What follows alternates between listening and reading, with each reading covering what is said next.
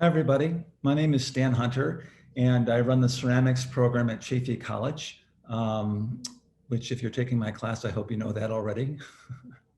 um, but for those of you who don't take that class, that's who I am. I want to thank the Wignall for this opportunity to talk to you. This is part of the Wignall Museum's Home Edition series. And I'm going to be speaking to you today about a residency that I went on in the spring, during spring break of 2019. The residency happened at Misson Clay Sewer Pipe Factory in Phoenix, Arizona for about 8 days. And very interesting time. Artist residencies are a very popular thing for artists to do. It's a really awesome activity. It's like a retreat where you are allowed to go. Oftentimes it's funded by the residency or by corporations will fund it, where you go and spend a week, 2 weeks, a month, a year making art. And it's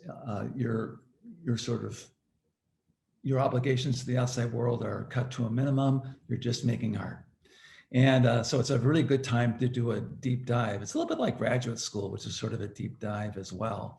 But it's a way to really kind of connect to what means most to you and what you most want to make. Normally with residencies, you go there with art that you want to make. You have an idea or you have a body of work that you're exploring. And for most of these residencies, they're in very beautiful, rural, sort of rustic conditions out in the middle of nowhere. And it's places where you can walk and your mind can just be clear and free of city, of home, of everything, of distraction.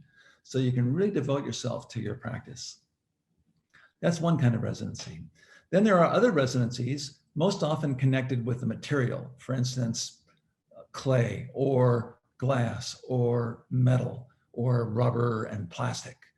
And in these residencies, you'll actually work in the factory. One of the more famous clay residencies in the United States, in the world actually, is the Kohler residency in Wisconsin, which is at a toilet manufacturing plant. Kohler toilets, you see them everywhere, porcelain. And so people will go there and make work using that porcelain. And oftentimes they'll actually make work riffing on toilets, actually. They'll actually use toilet fixtures as part of the work. So my residency was at Misson Clay Sewer Pipe in Phoenix, which I will show you in just a second. I did want to show you some pictures of other residencies just to give you an idea of sort of the broad range that there is available. So I'm going to share screen now. Let me get this up first. And share screen.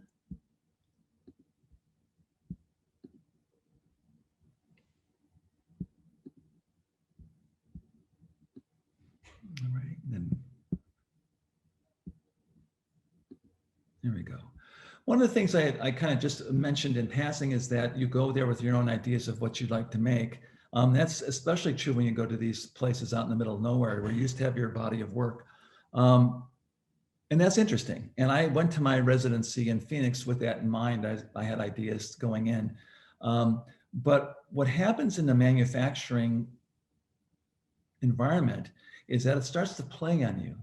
And all of a sudden your work starts relating to the interface of manufacturing and art, creativity and industry. And so it's a whole different kind of thing where it's not necessarily just your own body of work, but it's sort of in relation to something else. And I've always loved site-specific work, which is work in and relating to an environment where the environment changes the work or your work changes the environment, or at least they talk to each other, they relate. So they're sort of like, instead of this object on a pedestal that has its own thing, it doesn't relate to a background. It's shown in a white cube, a gallery, which doesn't have, supposedly doesn't have historical reference. It's just its own thing. Site-specific work actually is more where it relates to the environment. It might be an installation where you walk through the artwork. The environment might act upon and change the work. So it's a whole big broader thing than just the object itself. So anyway, as I said, I went into the Mission Clay with an idea of, with some ideas to make, but then it started playing on me. But anyway, let me show you some other residencies just to give you an idea. This, I believe, might be Skowhegan in Maine, the painting and sculpture residency, very famous one. This is Anderson Ranch in Colorado, a very, very beautiful place. This is Haystack residency in Maine, a very famous clay residency. I think they're using other craft materials now as well besides clay. But they're just dedicated out in the middle of nowhere to your own art practice. And then there's Mission Clay Sewer Pipe Residency that I went to. This was funded by Mission Clay. The head of Mission Clay is Brian Van Zyl. He also runs Laguna Clay Company here in California. I should say Mission Sewer Pipe is a huge manufacturing plant. They used to have 3 of them in California. They still have one in Corona del Mar. Now they also have one in Phoenix, but those are the only 2 remaining plants. But this company made all the sewer pipes underneath all of Los Angeles and underneath all of San Francisco, San Diego, and I also believe Portland and Phoenix. So we're talking hundreds, if not thousands of miles of sewer pipe. So they can give you the scale, just the sort of the vastness of, of this kind of manufacturing. So anyway, I went to the one in Phoenix. They put me up in a motel, right on the freeway, right off the 10 freeway in the industrial area of Phoenix. It was very simple and clean, and I enjoyed it actually. The walls were extremely thin, so there was a lot of bumping in walls and being woken at all times of night.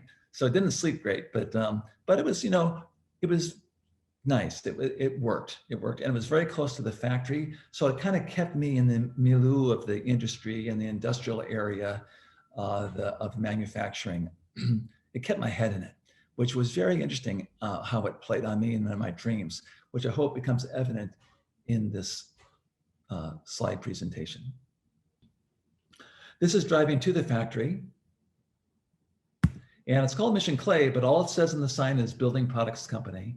You go down this long, long driveway, about a half mile long, and you end up at Mission Sewer Pipe. And there's a whole stack of sewers. It really became kind of like a Mad Max landscape to me, which sort of played on me. It had its own kind of special beauty that sort of an austere beauty of, well, you'll see, of these mountains of clay, of local clays and feldspars and pulverized fired pipe that had broken, just mountains of these things that they use as materials to make their pipes out of. So it had its own sort of austere landscape that was really started to become quite beautiful to me. These are some of the mounds of clay and dirt and here's shards of pipes that have been broken up that they use in their clay body. That's the landscape. That's what you walk on. It's just all clay. That's the next door neighbors. And Don Reitz, who's a rather famous ceramist, now deceased, he left this golf cart there with the horns. So I got many rides in it, and I even got to drive it, which is quite special. Very big, sort of a big complex. So the golf cart came in very handy. And the weather in Phoenix is very dramatic. So here's a very dramatic picture of a cloud. I think it might have been the only one that showed up. Maybe not. I think there's some other clouds and other pictures, but they don't have a lot of clouds down there. Here's the landscape again. These mounds appear and disappear daily. So it's a very movable landscape and quite beautiful, I think. The pipes themselves, just row upon row of different sized pipes. Here's some more. Rows and rows, endless rows. It's almost like a library. The kilns in the factory. The kilns are huge. This reminds me of the big top tent at Burning Man a little bit. These are about 2 stories tall, just huge kilns. And these are for the large pipes. Their firings take anywhere from a month to 2 months to fire. And that's after the kilns or after the pipe's been drying out for a long time and they have these enormous wet rooms where they have water underneath the floor just to keep them wetter longer so they don't crack. And then these really huge long firings. That's Hans Miles. I'll introduce him in another picture. He's the resident tech of both the Residency and of Mission Clay. He designs their clay body, does all sorts of tests for them. Young guy out of Arizona State University. This is one of the car kilns. And this car kiln is about 100 feet long, maybe a little bit longer. And these are getting rolled in. It's like on a train track getting rolled into the kiln. I have a picture or a movie right here I can play you. So he's inspecting the pipes as they go into the kiln.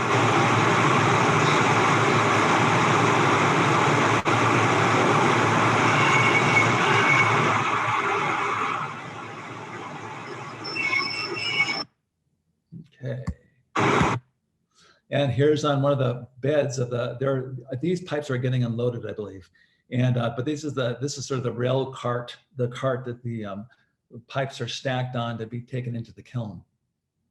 So it's quite enormous. They've got about 3 or 4 of these carts that they have lined up to fire. And here's one all packed up, ready to go into the kiln. And there's the kiln itself.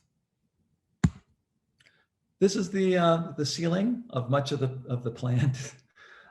It's quite dynamic. You know, indoor and outdoor sort of blend together. There are a couple feral dogs that are, you know, that eat there and just roam around the factory.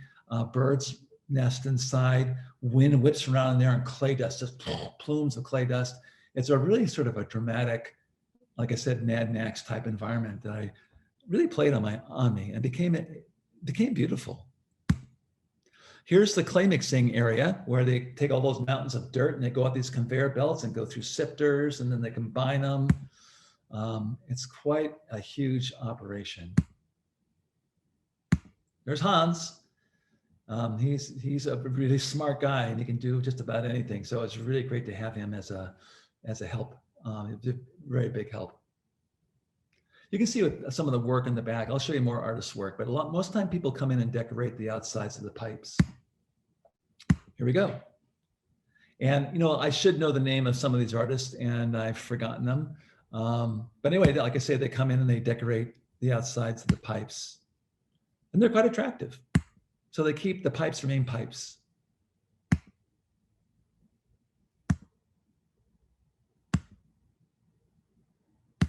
This one I do know. This is Jun Kaneko. He's an artist out of Nebraska, a very famous artist who does huge work. And he actually glazed the pipes and fired them. A lot of people carve on them. This is Sgraffito. So I'm getting to my work now. And again, these are ideas that I had before I went down for artworks to do with the pipes.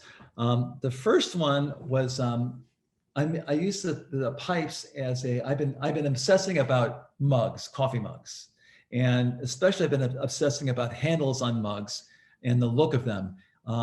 I've been taking pictures of handles and making handles and trying to get the perfect handle, and the way that the handle joins the mug. I want it to have a nice solid joint, and the look of it flowing out of that. Anyway, so I thought it'd be funny to put a set of handles on a set of sewer pipes, so they became like bottomless mugs.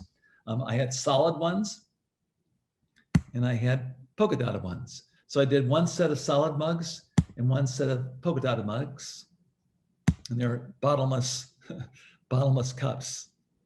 So anyway, these are about 2 feet tall, very heavy. They're like a couple 100 pounds each. So anyway, but I thought it'd be funny to have a set of sewer pipes with handles on them, decorative handles. Another idea I had before going down was displacement. I had Hans cut up one of the pipes into 4 pieces. And then I bought plexiglass at different thicknesses to stick in between these things to displace so I'd put the pipe back together again, but it'd be offset because of the different thicknesses of plexiglass. So here I am gluing the plexiglass to the pipes and then put it together. And then I started buying hardware for this as well. It kind of gave sort of an industrial look, and also like almost like shipbuilding, like ship sails and stuff like that. and the hardware is almost like, it's a sort of refined hardware you'd find like on fishing tackles or on for bait. So anyway, this is all about displacement. And then I added my architectural elements that I had been making for other things, and I added it onto here. So it's sort of an architectural piece, a design piece when I finished it.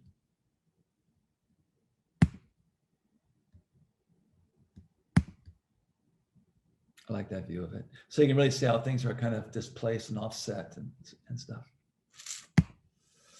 Another idea I had was to make a geode out of one of the half pipes. This is Hans cutting one of the pipes in half to use as a mold to set the other half pipe in so it wouldn't fall apart. And he sent me a whole, about 40 pounds of the clay that they use for the sewer pipes. And I did press molds of these different geometric, mostly triangular based geometric forms that I was going to, score and slip into the side of the pipe. You'll see in a second here. When I got there, I painted them with underglazes, and then I laid them in the pipe in this sort of this open geode type of thing, arrangement. One of the ideas was that people have been decorating the outsides of the pipes, so I thought, well, why not decorate the insides of the pipes? I used to do a body of work, I still do it from time to time, of butterfly migration grids. Scientists discovered back in 2006 that monarch butterflies migrate from the Sierra Madre Mountains of Mexico. Actually, they migrate from the Midwest down to the Sierra Madre Mountains in Mexico and back. It takes 5 generations of butterflies to do one full migration loop, which is pretty crazy if you think about it.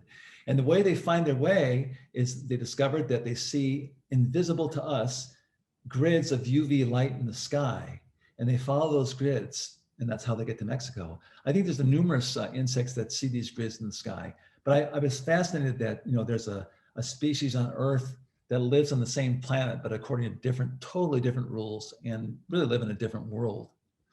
So I made grids as if we could see them. So that was a whole body of work that I did for a number of years, actually. And I decided to put grids, they're sky forms. So I thought it'd be kind of fun and interesting to put them inside of the sewer pipe, which of course goes underground.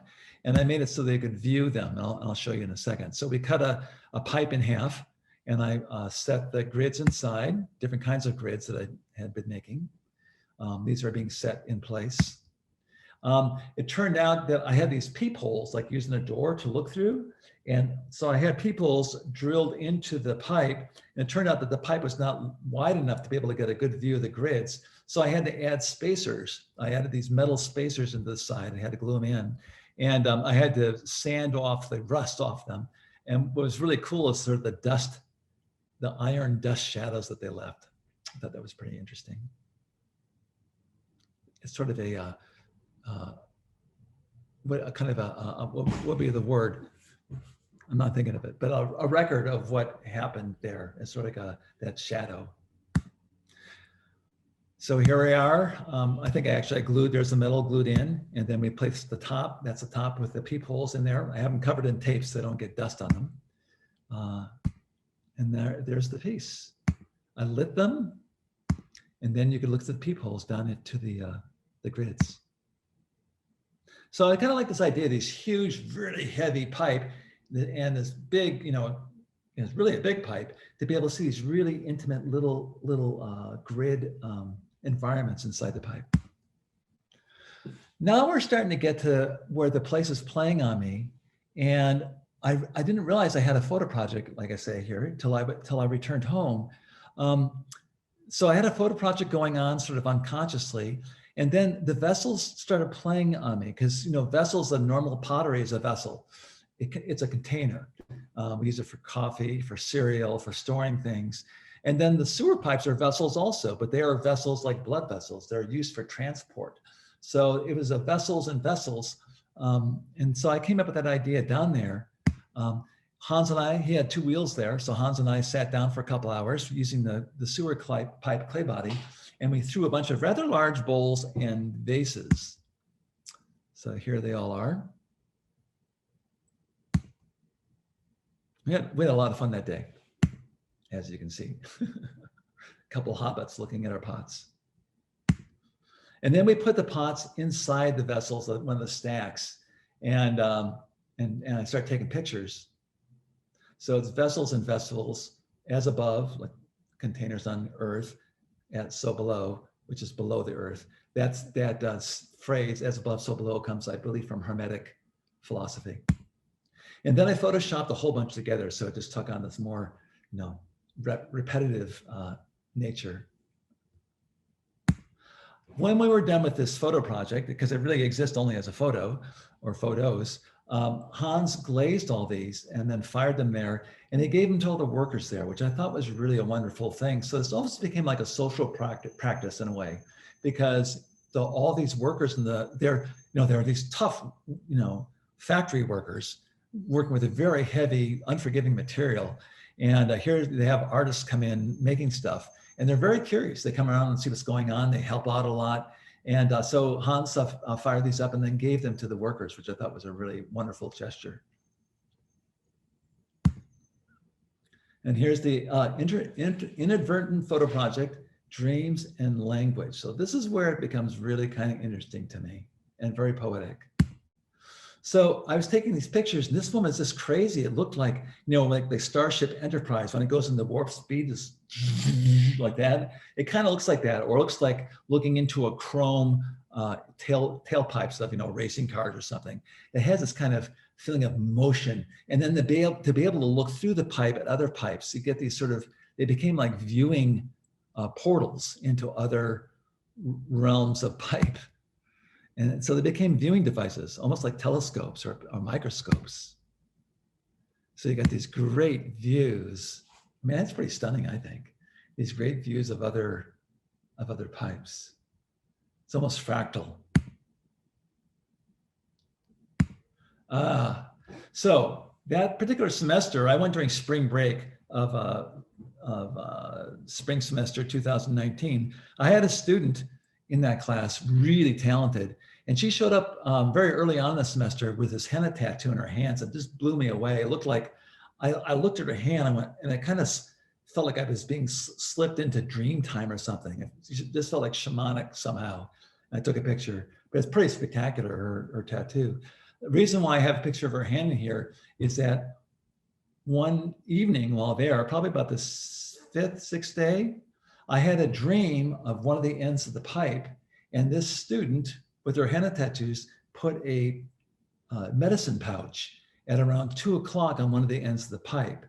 And all of a sudden when I woke up, or even in the dream, I remembered the movie Arrival. I don't know if you saw that movie, but this is what it looked like exactly with this medicine pouch here. And this is actually the heptapods, the aliens had this language that was communicated in circles, these smoke circles. And they said different words, but I have a whole thing here. What's so cool about that movie and about the language is that it's actually based on solid linguistic theory.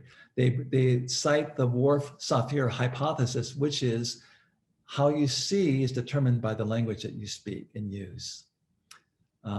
So anyway, it's sort of the movie's based off this about perception. Orthography, this is from the movie, is a set of rules about the way language is written, including spelling and pronunciation or punctuation. The alien language of the heptapods is nonlinear, written in circular puffs of smoke with no beginning or end. Information at the end of the sentence is known at the beginning because they both exist at the same time. So anyway, I was sort of tripping on these as being, these circles as being language, and then the medicine pouch at 2, and then the light was coming out in circles at me.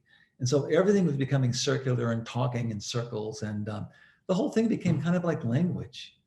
So anyway, it hit me very poetically, both visually, the stacks and the circles and the repetition, and then in this case, the concentric circles. My son gave me this T-shirt. You may have remembered Trump's made-up word, kofif. Anyway, this is kofif in heptapod language. One of my favorite T-shirts. Le Petit Pipe, Pipe. This is referencing The Little Prince. The Little Prince, if you haven't read the book, please do read it. Very poetic, very beautiful, very moving. And in one part of the book, there is he grows a rose, and the rose is protected, and it's very vain until it sees a whole rose bush with hundreds of roses, and just thinks, "Oh, I'm not special. I'm just one of them, of many thousands." And the little prince assures her, "No, no, you're special because I grew you and I took care of you, so you're special to me." And so, anyways, thinking about these pipes, and they make when they're cranking out the pipes, so they're not drying, but when they're actually making them, that factory can churn out. They can crank out 1,000 pipes a day. So I want to show you a couple movies of them making these pipes. They extrude them, meaning it's an adult Play-Doh factory where they squirt these things out of machines.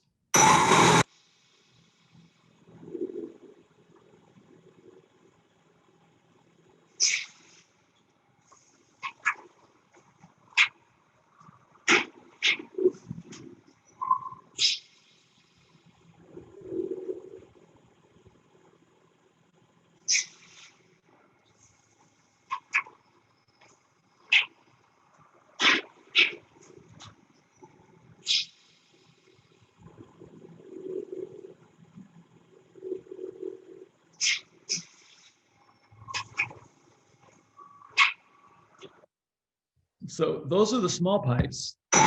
And then here are the large pipes being extruded.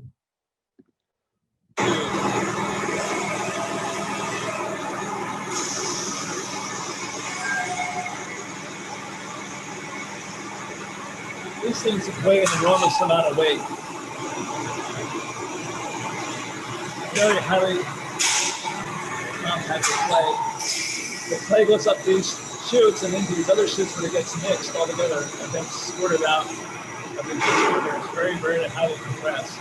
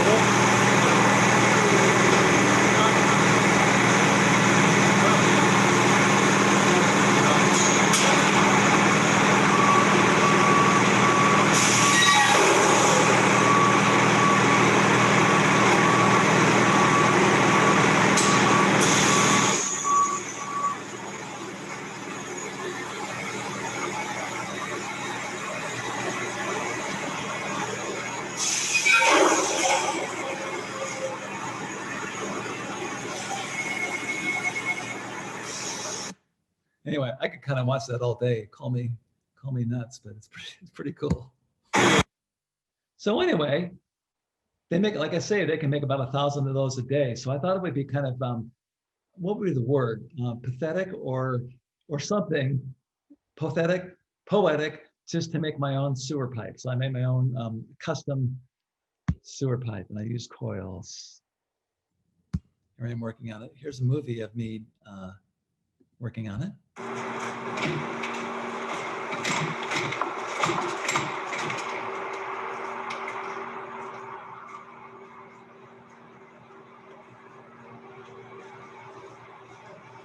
I like the whole idea of making something by hand too. Yeah, that's nice. Machine. The cameraman.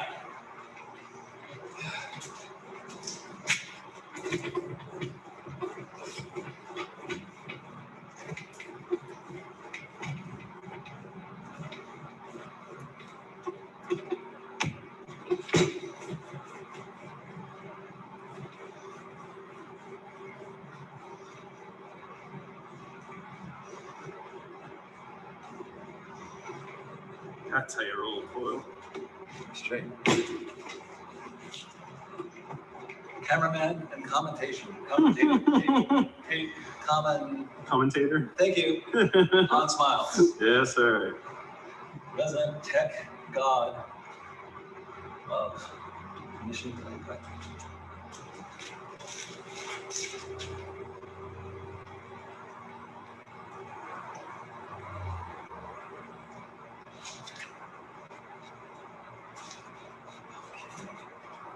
Breaking my own rule again. Going up the fourth layer. Fucking A.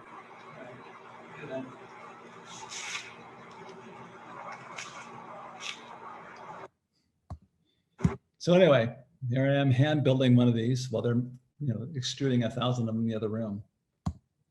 And there it is, pretty much completed. That's the one I use as a model to make the top. It's pretty fun. It's life size. And then they have a stamp they put on there. I have another slide that they put on all the pipes. There it is. And it has the date and the batch number and all that sort of stuff there. And then the studio. That's a bigger, broader view of all the projects going on at one time. That's Hans' sculpture in the background there. It's quite spectacular. Anyway, and then I went to dinner with Susan Beiner, again, professor at Arizona State University. Hans studied with her. She used to be out of Cal State San Bernardino, actually. And Hans and his girlfriend, Susan, and her husband. So we had a dinner and parting shot. And there you go. And that was my residency. I hope you enjoyed the journey. Let me stop share here. Alrighty, well, thank you for watching. And I understand there might be some questions which I'd be very happy to field, and fire away.